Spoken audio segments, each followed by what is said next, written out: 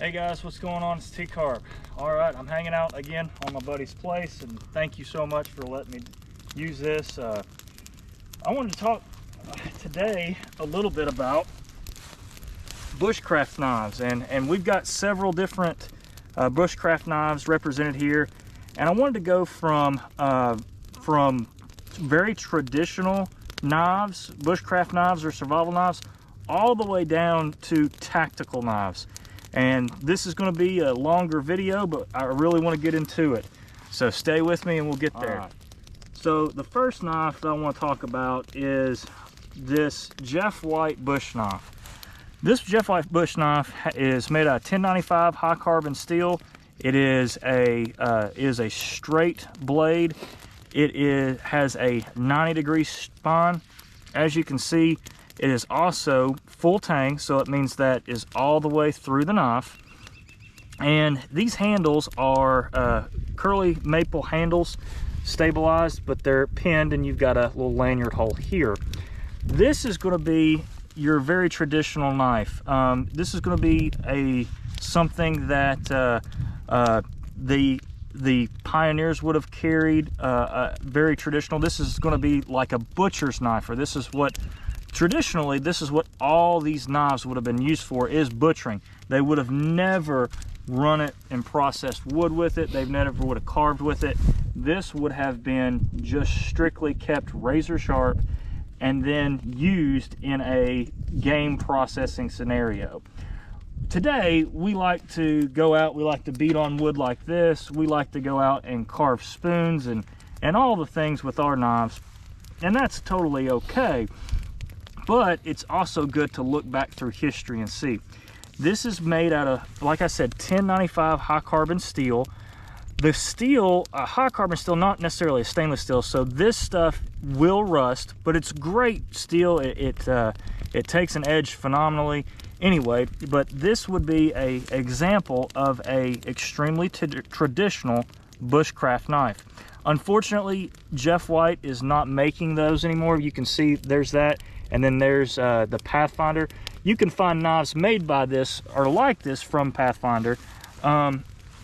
Usually it would have been kept in a sheath like this, just a traditional leather sheath. This has a dangler on it, so that's fine. Traditional leather sheath, all like this. So that is a Jeff White bush knife, and I really do like it. And these you can find these for about $100, and I believe that's what you can all find. Moving up or into the next category, you've got your more kind of mid-level, which is, this is going to be your SE JG5. It is designed similar to look like your old school bushcraft knife. This is a Nesmic style design, still made out of 1095 hard carbon steel, still has a 90-degree spine, still is full tang, and as you can see, it is screwed on, not necessarily bolted and pinned, and it does have the lanyard hole. This has micarta handles, which is actually made out of canvas. It's made out of like cotton, and it's highly compressed and whatnot. So this is an interesting material. This is going to be very reminiscent of the Nesmic style design. You can look up Nesmic and see that it is more of a butcher style blade. This works really well at, again, slicing through meat and all that, but it's also pretty good at splitting just because of how thin it is.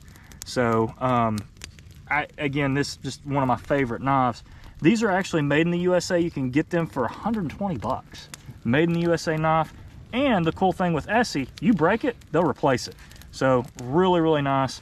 This also comes in a traditional leather sheath, and I do like that. And again, the sheath is made in the USA as well. So again, love that. And the third knife that I want to talk about is going to be more of your tactical knife. This, again, 1095 high carbon steel. There's a theme here. You've got full tang knife. It is going to be also screwed on, but this is going to be more your traditional, easy to use flat screws. So you can take this off and all that. These handles are G10. So this is a very high-tech material, all that, and you can see they're blue. They're not, again, but not very traditional. Has a very different style of design. It's got a hump here.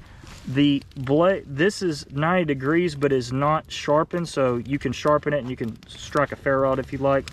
Comes with a Kydex holster, so they're like a plastic style holster and whatnot.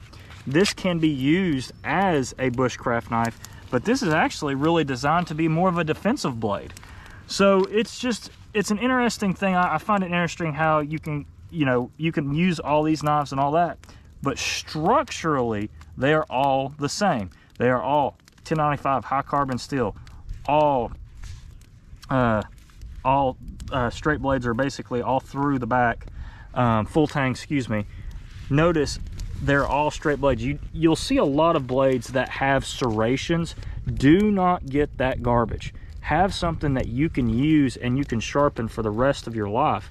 You can't sharpen those serrations for the rest of your life, and they're going to be useless. So in my opinion, this is the style of knife you need.